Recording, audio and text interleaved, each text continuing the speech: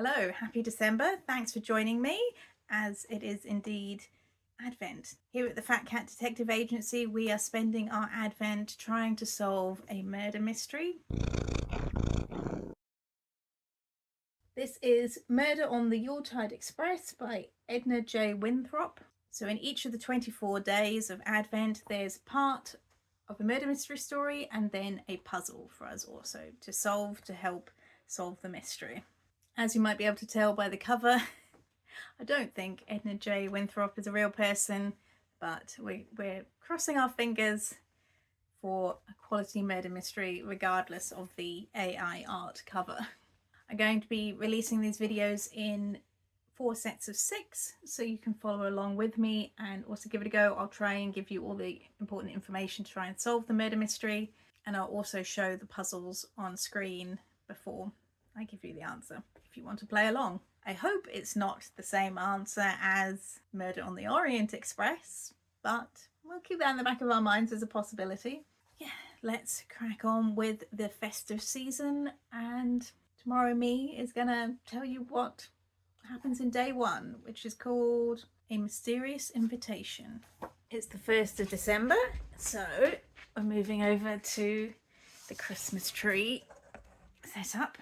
But it's time to start our Advent calendar.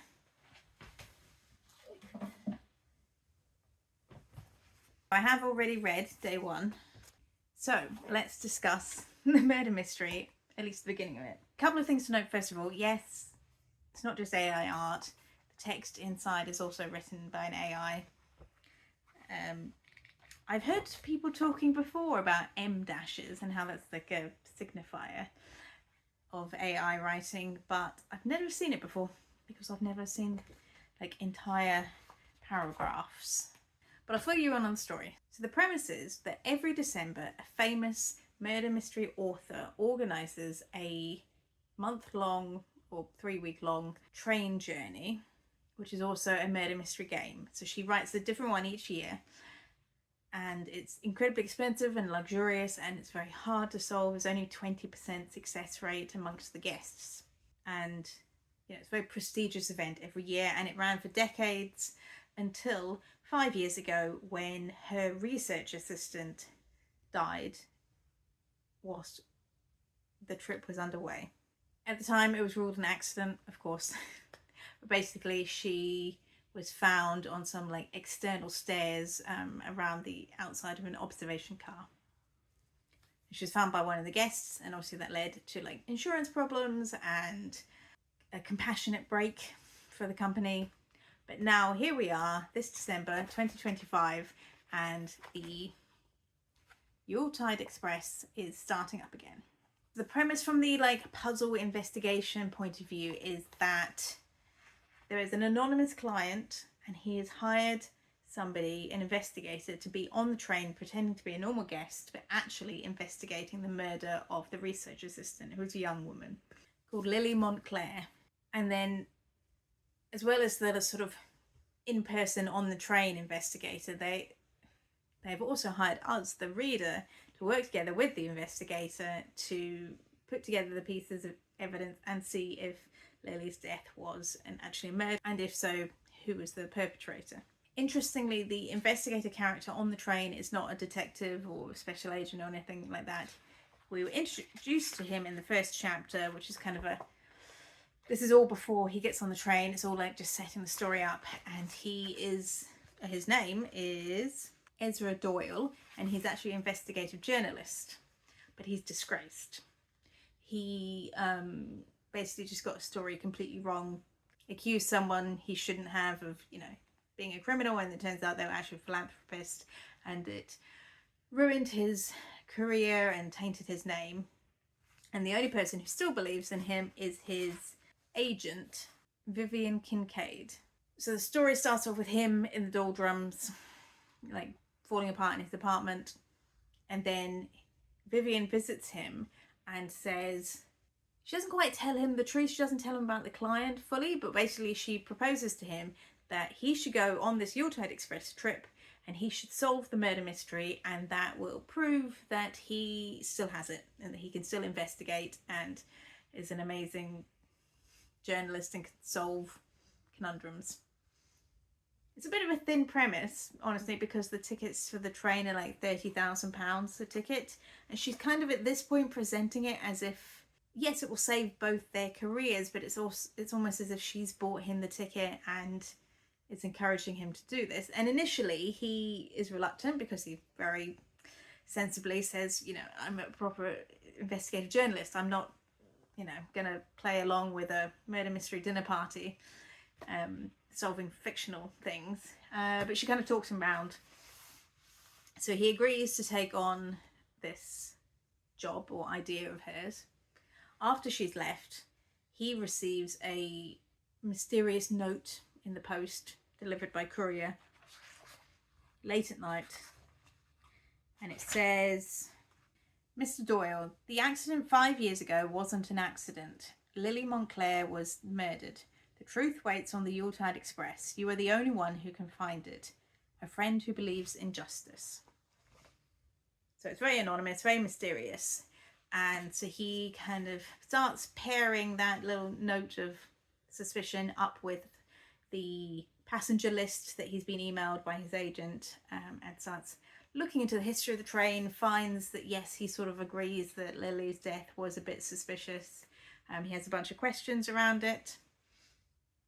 And then as he is kind of coming up with these ideas in his head, he gets a phone call from his agent, Vivian, and she said, and it's a bit strange that their phone call, because neither of them are admitting to the other that there's a client or a third party involved, because Vivian is still kind of pretending that she's bought him the ticket, and she says, oh yes, Lily Montclair's death was suspicious, and I thought maybe, you know, once you started looking into it, you would maybe find this a worthwhile use of your investigation skills.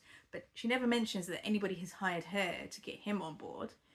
And then the other way around as well, he never admits that he received this anonymous card in the post. He doesn't mention that anything strange has happened. So they're kind of lying to each other by omission.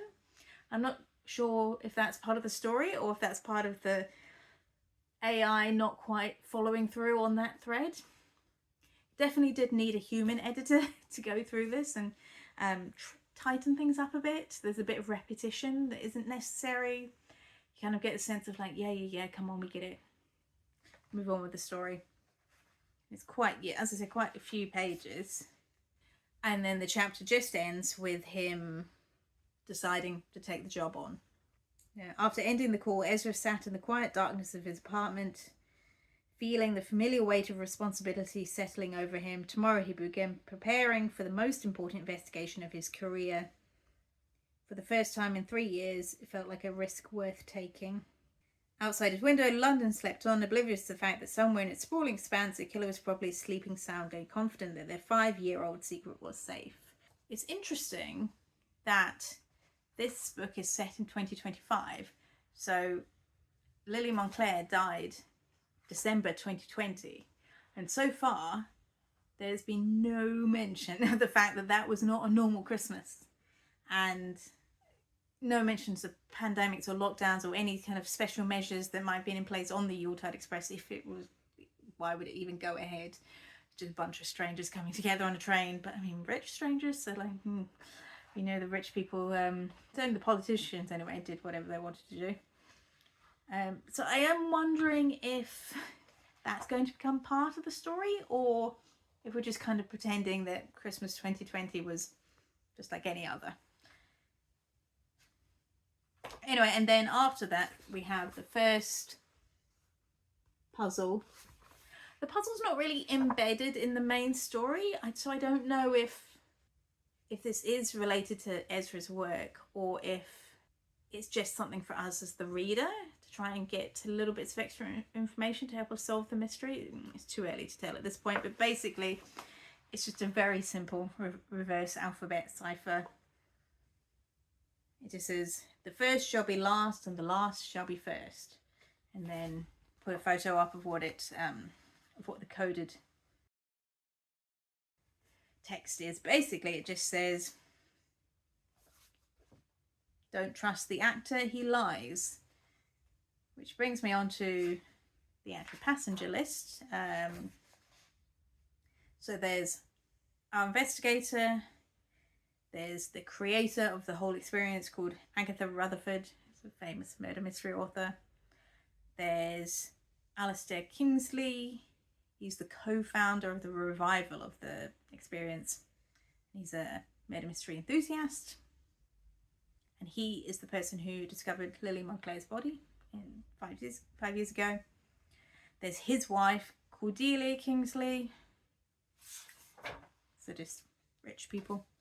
There's, hang on, Dashiell Sinclair, another mystery novelist, but professional kind of rival of Dame Agatha.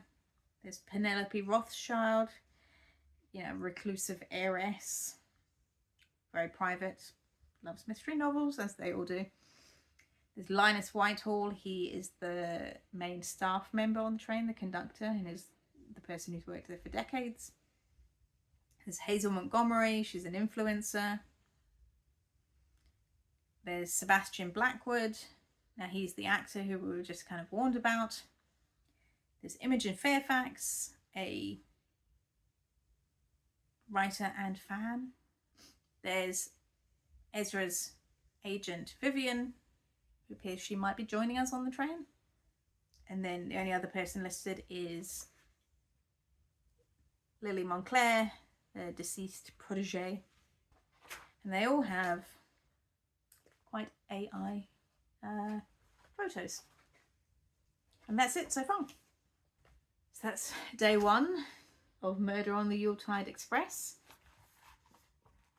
We'll see how it goes. All right, quick update on day 2 before I head off to the gym. So chapter 2, not a lot happened. It was just Ezra arriving at the train station and meeting up with his fellow passengers, and they all got on the train, and sort of how luxurious and lovely everything is, and they sort of went through the different compartments, the observation car, the bar car, the restaurant car, the library car, and then their sleeping quarters. Everyone met up in the bar car, and they all got given their character packs, I guess you'd call it. If you've been to a murder mystery dinner party, you know what I mean. It's like you get a bit of information where it's like your character name and the background and the alibi and any like important information they need to know, and one person is told that they're the murderer, which I think would really suck if you had paid £30,000 to take part in this game and try and solve the mystery, which is so difficult, and then actually you were assigned as the murderer. But anyway, Ezra is not, he's playing a detective character. And then the murder mystery game starts. The victim is a mannequin, it's not one of the passengers. A spotlight comes on and it shows the mannequin in one of the bar seats, and he's been stabbed in the heart with a silver letter opener. And there was some mention of footprints, but there's not been a lot of physical evidence or descriptions of the evidence so far, or the situation, or what anybody thinks. They've sort of started questioning each other a little bit, and they're kind of in character, but also not all the time. Each of the characters in the main story is very much, at the moment, a complete stereotype caricature. So you've got the influencer, the quiet librarian, the reclusive heiress, the Hollywood matinee idol, and the bitter rival mystery writer who just kind of turns his nose up in everything. He's been making lots of very snide comments about how like a letter opener is not a very elegant murder weapon and that kind of thing. The actor is the only one who's actually really taken on his character role and started talking about the murder in character. Like, who is the murdered guy called? Lord Pemberton is the dead mannequin's name. So Sebastian Blackwood, the actor, is saying, oh, what a pity he's died. Only the other day I was talking to him about his Fabergé egg collection. But other times they're talking as, as the real people they are. So, Alistair Kingsley is saying, oh yeah, I've been on this trip 7 or 8 times. And then they go off and have dinner together in the dining car. And they toast to those who aren't with us on this journey. And some people interpret it as being the murder victim, and some people interpret it as being a reference to Lily. And then the puzzle for the day is strange. So it's sort of presenting like one of those logic puzzles that you get in Myrtle and other such things, where there's a series of statements, but usually they end with a question, and you're supposed to use the statements to eliminate where people were, what couldn't possibly be, and then that answers the question at the end. But this one doesn't end in a question. It's a very slightly strange format. So it gives statements about where people were standing in the bar car and what drink they were holding. So it's like Dashiell Sinclair, ever the brooding cliche, nurse to brandy by the warmth of the fireplace, speaking to no one. And it gives five statements, and then it just finishes with, Imogen Fairfax had a glass of mineral water, untouched, as she lingered near the bar, trying to work up the courage to speak to someone. The woman drinking sherry was not near her. So I feel like that should have been a question. It should have been, who was drinking the sherry? That's how these puzzles are normally presented, unless I've completely misinterpreted the puzzle. But I just went through and put the sort of the who was standing where and what drink they were holding. And the answer to the non-existent question is that Agatha Rutherford was holding the sherry.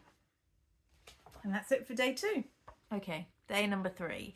I have finished reading the chapter, and I was just working on the puzzle for the day, which is a blog post from the murder victim, Lily Montclair, and then a poem which tells you which words to pull out of the blog post to find the secret message.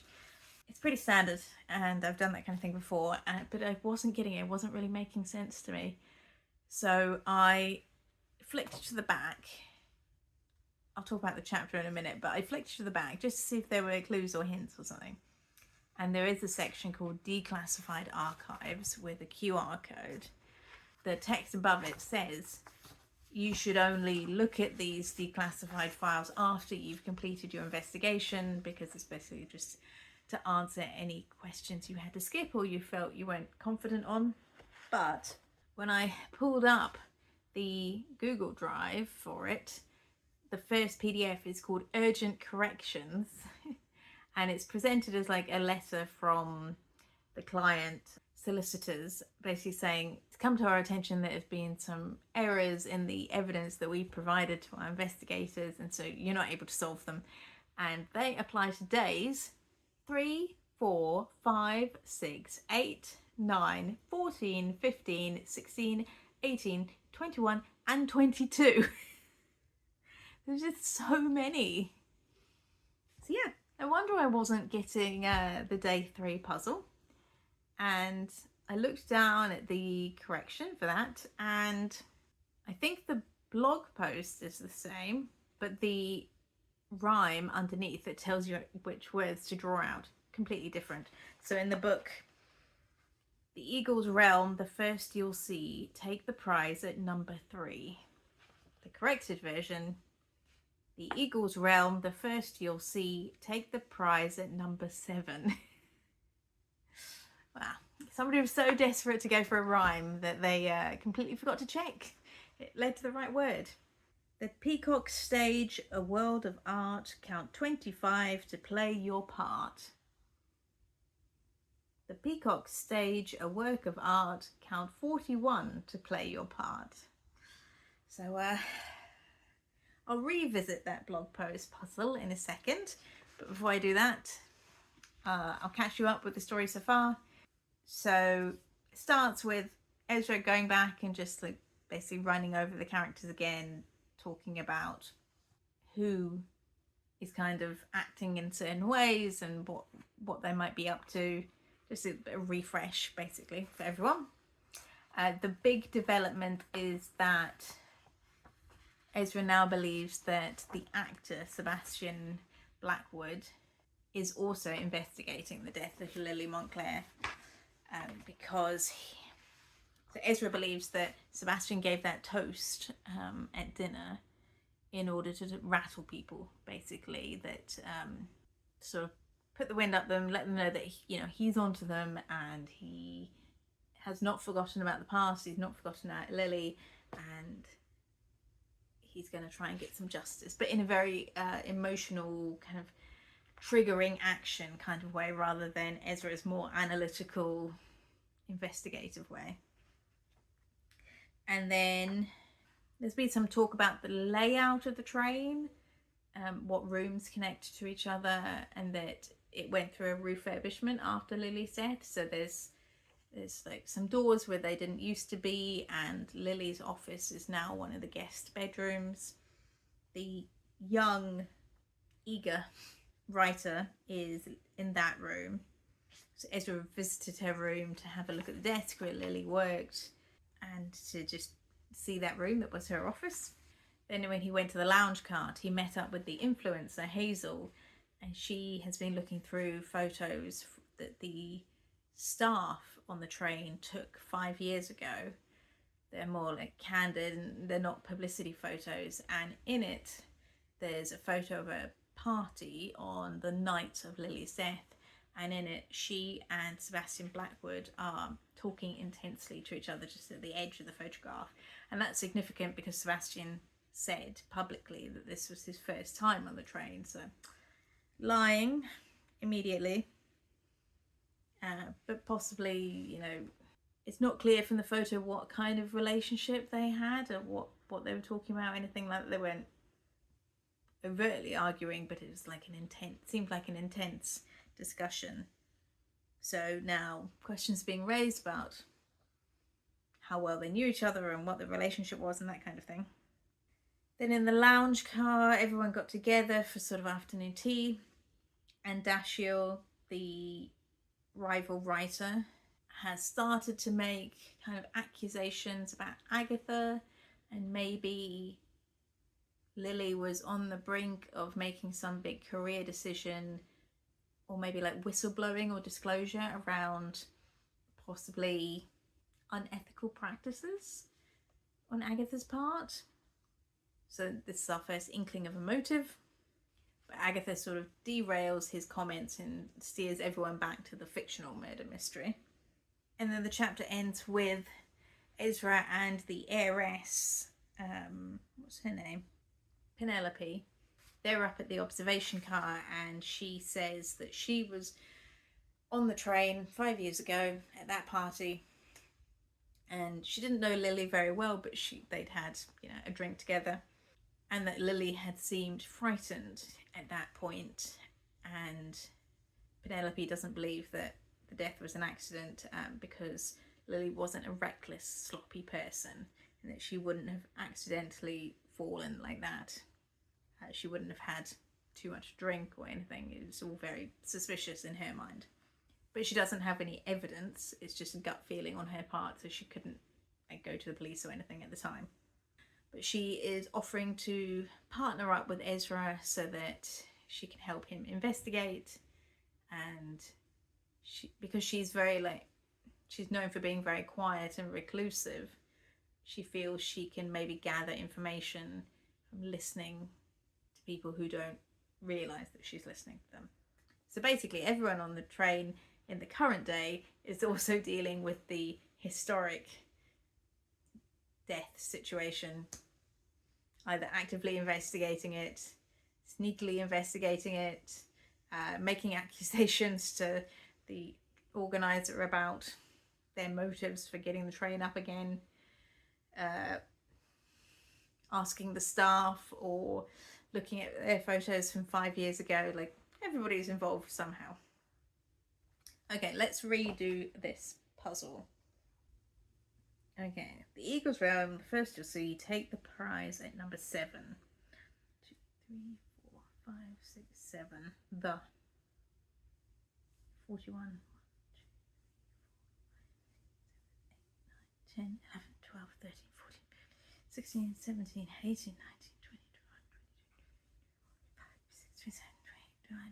21, 22, 23, 34, 35, 36, 37, 38, 39, 40, 41. The key. 4 words beyond, the truth you'll find. secret lock for heart and mind. 1, 2, 3, 4. The key is the 12th word answers silent scream. And originally it said 5th. Yeah.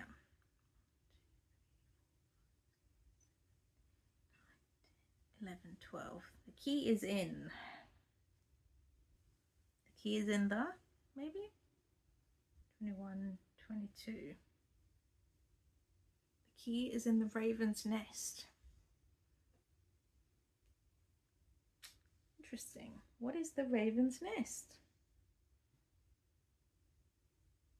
I'm talking to the cat and not also completely mad. Okay, that's day 3. And I will have to do day 4 and refer to this PDF tomorrow. I don't know, how would they make it clearer that you need to go and check the errata? I guess maybe they just hope people do what I did and check at the back for hints or information. I just sort of feel like they should email all the people who purchased the book saying, by the way, these things are completely wrong. Check the errata here. Or, I don't know, if people Google it, do they get a website that tells you to check it? I mean, I bought it through Amazon, so how could they let me know? I don't know. Day 4 of Murder on the Yuletide Express. So the major things are that Ezra is continuing his investigation around the train. He interviewed the conductor who confirmed a couple of things about the restructuring, about how the lock on the observation car door was changed from a mortise lock to a magnetic lock because the old one used to stick, the key used to stick. And then Ezra went out to the observation car and saw the actor Sebastian having a moment of private grief. He was like looking at the spot where Lily's body was found, and he placed a white lily in like memorial and seemed really upset. But when he noticed Ezra watching him, he kind of flipped back into being in character. It was like, oh, I'm studying the scene to be, you know, more in touch with my character and develop his emotions or something like that, and just, you know, brushed it off and pretended he was just acting. But then the big reveal was that Ezra went to Lily's old desk, which to remember is now in one of the bedrooms, and he found the raven and pressed it, and it revealed a little hidden compartment where Lily's old notebook was. And it's notes and writings for her writing, so it's like snippets of conversation and observations. And then at the end, the last couple of pages, which were before her death, just before her death, there was comments about an exchange that happened in secret in the baggage car during the stop in Vienna. And it says SB is looking for something, so that could be Sebastian Blackwood. He's using this trip, this game as cover. This is bigger than I thought. And then he cornered me in the library. He knows I saw something. Also, the steward mentioned that Lily had caused tension amongst the staff, because as the research assistant, she was allowed to kind of help run things behind the scenes in order to make the mystery flow, but she actually kind of got in the way and tried to introduce new systems where the staff were used to doing things their way. So now there's a couple of points of tension around her and possible motives. In terms of the puzzle for the day, it's an odd one. At first it seemed like a Caesar cipher, because the premise is that in Lily's notebook there was some strange writing, and it says in one corner of the notebook Ezra could just make out a single annotation, H equals A. So you think, okay, a Caesar cipher, and then it's a load of just normal capital letters. But as we know from yesterday, this is all wrong, and I did check it on a quick decoding website. Obviously started with the H equals A, but like that's a 7-letter substitution, and that didn't work, but none of the others did as well. I cycled all the way through the alphabet. So anyway, went to the amended case file. It's very different. It instead of H equals A, it says that the annotation in the corner of the page is, I'll try, I don't know if you'll be able to see it, but it's like a completely different type of text. No longer just normal Latin capital letters. It almost looks a bit Arabic with like the little dots underneath the letters, but it's a mixture of that and like Latin letters and Arabic characters. So possibly this is now saying ET equals TU, because the string is it's got no spaces in it apart from possibly this kind of, that kind of, it's almost like a greater than symbol, and then the dots could be a space, in which case maybe we should ignore that and just look at the Latin characters.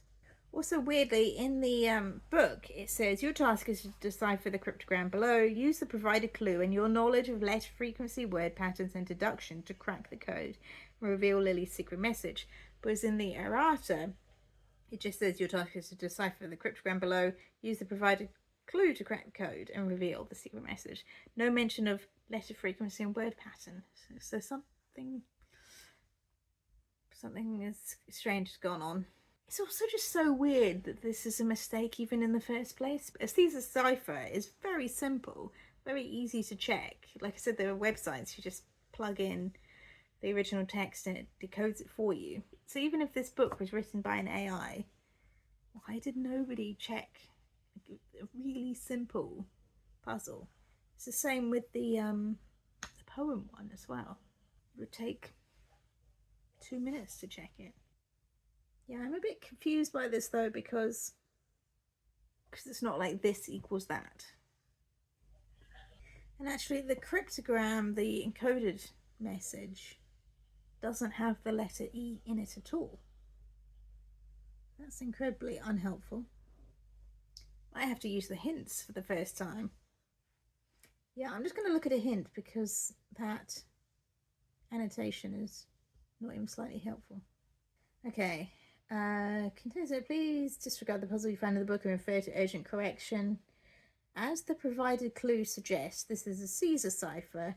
The shift key is -7. How does that tell you it's et to? I mean, it's Latin. Does that mean for like, and you as well? Okay, so should I just use the new encoded text and ignore, just stick with H equals A?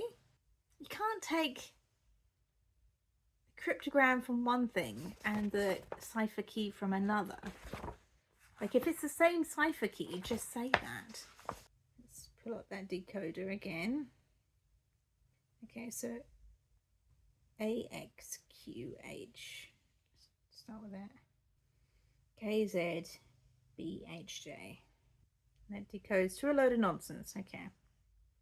Did I get that right? I'm just double checking. AXQH KZBHJ. If you put it in. Oh, I'm completely confused now. Also, what is the point of the Arabic if it's. Okay, we're going to go for more hints. Oh, this is weird. So in the Kindle version of the files, the encrypted part is the same with the Arabic and the capital letters, but the annotation that Ezra finds is H equals A. So that has used a combination of what's in the book and what's on the PDF. What the hell is going on? I'm just going to have to look at the solution. The key is shift -7. You simply take each letter of the ciphertext and find the letter that comes 7 places before it in the alphabet. But Z becomes S is an example they've given. And then the answer starts with the word Sebastian. So according to this, the first character in the encoded information should be Z, because Z becomes S, Sebastian. In the book, it's A as the first character. In the corrected text, it's also A, Even if you ignore the, well, it's either an Arabic character or the letter A. Either way, it's A. Yeah, actually, I've just realised. If you ignore the Arabic characters, the Latin characters are exactly the same. So the corrected text on the PDF is exactly the same cryptogram as in the book, but just with some Arabic characters added in and the wrong cipher. Ugh. This, like, I could accept the errata because this is clearly someone who has focused on the murder mystery and not the puzzles, to put it politely. But when the errata is wrong, when the corrected text is wrong as well, and in fact hasn't been changed, that is pissing me off. If I look at the PDF of the Kindle version, yep, AXQH. Wow. Sebastian is not who he says. A hidden secret will die with Agatha, is the decoded text. I'm just annoyed. I'm really annoyed. So I've seen 3 versions of the cryptogram and none of them are correct. I am now considering returning this. That's just so bad. That's egregiously bad. Up until this point, I did at least think it was worth my money, because I've played other games where you have to go online to get an error correction, but I've never played a game where the error correction was wrong. What should I do? What should I do, pussycat? Yes, gorgeous? I should have a shower and go to bed? Yes, that's a good idea. Finish my cup of tea? Okay, well, let's hope for better puzzle tomorrow. Day 5. So the main revelation is that Sebastian and Lily were childhood friends. They were in the same youth drama group together. This was discovered because Ezra has teamed up with Hazel, the influencer, and she's gone digging through old social media posts and newspaper articles and the personal history of Sebastian Blackwood to try and find out what he's hiding. So that explains his grief for her a bit. There's been the additional comment that he also seems to be kind of frustrated. So maybe he's not finding whatever it is he's looking for.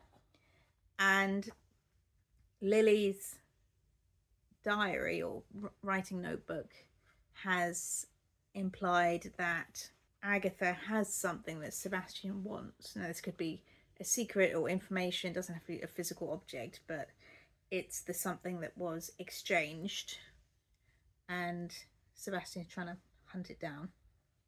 And then there was a weird scene at the end where Imogen, the kind of young murder mystery enthusiast, she burst into the bar cart saying that her bedroom had been ransacked. Well, not ransacked, just like gone through and things moved. And initially, Alistair Kingsley steps forth in kind of a paternal role in terms of like, oh, let me handle this, you know, allow me to sort everything out. And then when everyone goes to actually look at the room and see what was moved, and obviously Ezra is a bit concerned that maybe somebody was trying to find Lily's notebook that was in the desk. And then Alistair Kingsley just completely flips and says, oh, it was me who moved the things in your room, Imogen. And he says he got lost on his way to the library or coming back from the library, and he was trying to return a book, and he must have mistaken her room for the library and started moving things around, moving books around, and then he realized, oh no, it's not the library, it's Imogen's room, and he left. That is such a weird flip. And I mean, it hasn't convinced anybody, by the way. This isn't meant to be a convincing story. And Ezra, you know, is just saying he had been the one to find Lily's body. He had been jumpy and nervous since the trip began, and now he had been caught red-handed searching her old room. What had he been looking for? A clue that he'd missed 5 years ago, or was he trying to retrieve something he'd left behind? Bit of a strange moment there from him. And then the puzzle for the day is a word search, but it doesn't actually tell you what words to look for. It just says that the words to look for are the key concepts of the investigation. And weirdly, the correction PDF to me looks exactly the same as, I mean, I haven't checked every single letter of the word search, but it looks at first glance exactly the same. So there's all sorts of words like Agatha, detective, alibi, words like that. And when you found all the words, the remaining leftover letters spell out a secret 5-word message. And that message is, every alibi has a flaw. You know, it's just such an inconsequential, kind of pointless message. Every alibi has a flaw. Yeah, okay. So that was a kind of meh day. Oh, and I forgot to say yesterday that Ezra's agent, Vivian, has joined them in the train. She joined them in Paris. So that explained why she was listed as a character at the beginning. And that was it for today. Okay. Day 6. And the chapter is called Quo Vadis, which means where are you going? I don't quite understand why the chapter is called that. Basically, all that happened in this chapter is financial motives were introduced in kind of multiple ways. So we learnt that the heiress, Penelope, was actually also a patron of Lily. She provided her with a stipend to live off, and the agreement was that once Lily had finished her apprenticeship under Agatha Rutherford, she would use the money that Penelope had given her in order to go off and do her own thing, because Penelope admired Lily's writing so much. She thought it, was really raw and had great potential, and just needed a bit of time under a professional author to learn the craft a bit more, and then she'd go off and do her own thing. So Penelope apparently, although they were friends as well, she considers Lily's death mainly about a lost investment, and that's why she wants to find out who killed Lily. And then the business that runs the train company also has a financial reason for possibly killing off Lily, which is that it was struggling with costs and heavily in debt and all that. And then it turns out that they don't own the carriages themselves, they lease them. And so when Lily's death was ruled an accident due to problems with slipping down the observation car stairs, that resulted in a payout from the company that owns the carriages, which meant that the company that runs the Yuletide Express experience was able to use that money to get itself out of its debt problem.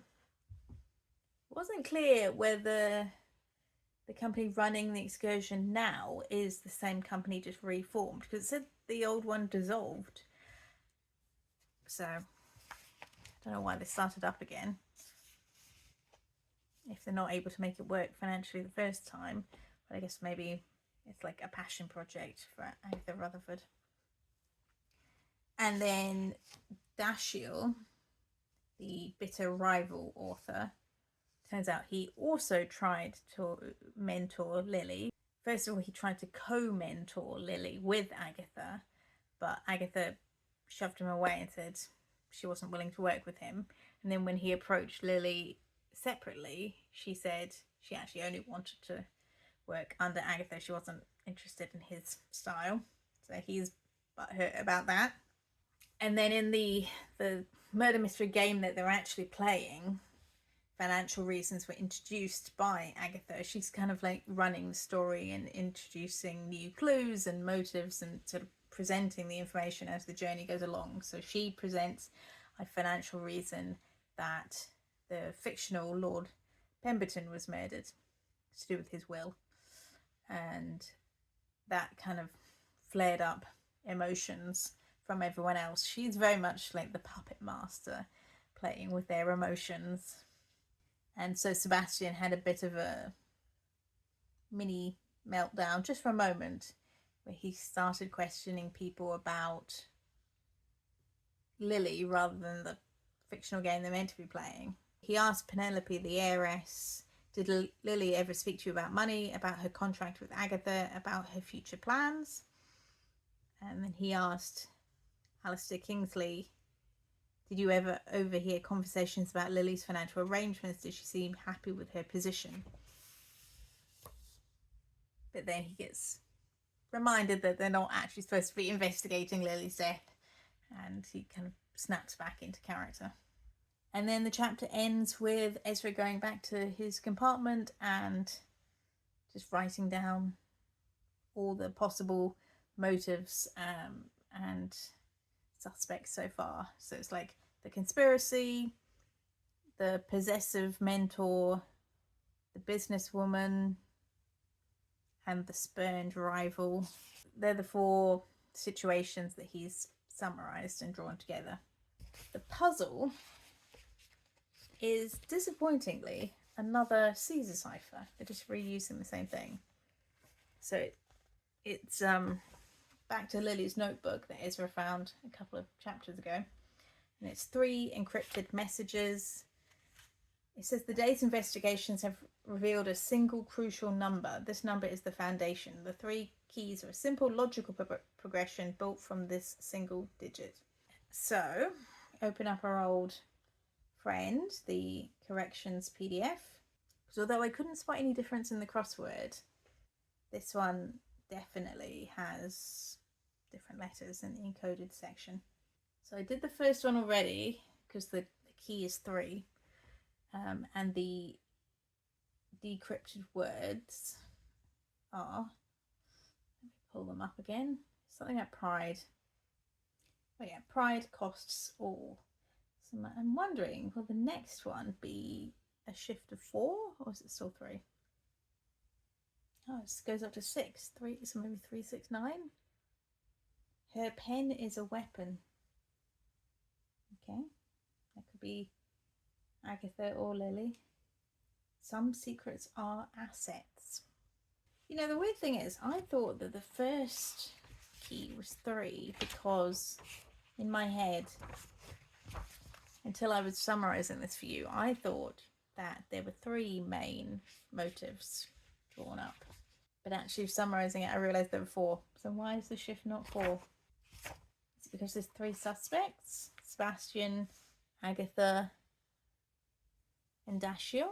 I don't know, I can't put myself in the mind of whoever wrote these puzzles in this book, because it's too hard to guess what they were thinking, because some of it's nonsense. Oh yeah, the foundation of the key is the number of primary suspects that have emerged today. Oh, interesting. They're saying that the 3 primary suspects in the solutions page are Agatha, Dashiell, and Penelope. They're not counting Sebastian. I guess because he's so grief-stricken, he's not considered a suspect anymore. But in Ezra's summary, he doesn't list Penelope as a suspect. I mean, he just kind of lists 4, but the 4th is the company. So it's the company running the train. Oh, well, again, the classic contradicting itself. Well, very cryptic and not all that helpful for solving the mystery. That's the first 6 days done, almost 1 week. So a quarter of the way in, I don't really have a lot of theories. I kind of have one person who I suspect, but only because in a murder mystery book, I'm always really suspicious of the people who don't get talked about very much. And there's one person who, I've no evidence for them, it's just vibes, that like they have a very good cover for like getting in places and pulling it, getting information from people and pulling it all together and sort of, yeah, I mean, there's a very limited cast to choose from. So yeah, the person I'm suspicious of is Imogen, the like nerdy librarian. So I just think that that's a very good disguise that people wouldn't necessarily suspect her because they're like, oh, she's so quiet and nerdy and, you know, just a little woman. As a little woman myself, I'm immediately suspicious. Unless, you know, it is Puppet Master Agatha, because she's running everything. You've seen that day 7 is called A Flood of Motives, so see how that day goes. Thanks for watching the first quarter of this murder on the Yuletide Express Advent murder mystery. What do you think so far? Have you got any suspicions based on what I've told you? I think I've given all the information that I've got. But I hope so, because as I found out yesterday, you can't buy this book anymore. It's being withdrawn from Amazon because possibly because the puzzles are so bad. Not even difficult. That's the strange thing. Like they could have tested the puzzles. They're not difficult. At least in this first quarter. But yeah, I think they just told an AI, like, this is what I want the answer to be. This is what I want the puzzle to be. Put them together. Anyways, thanks for watching. Join me soon, hopefully, for part number 2.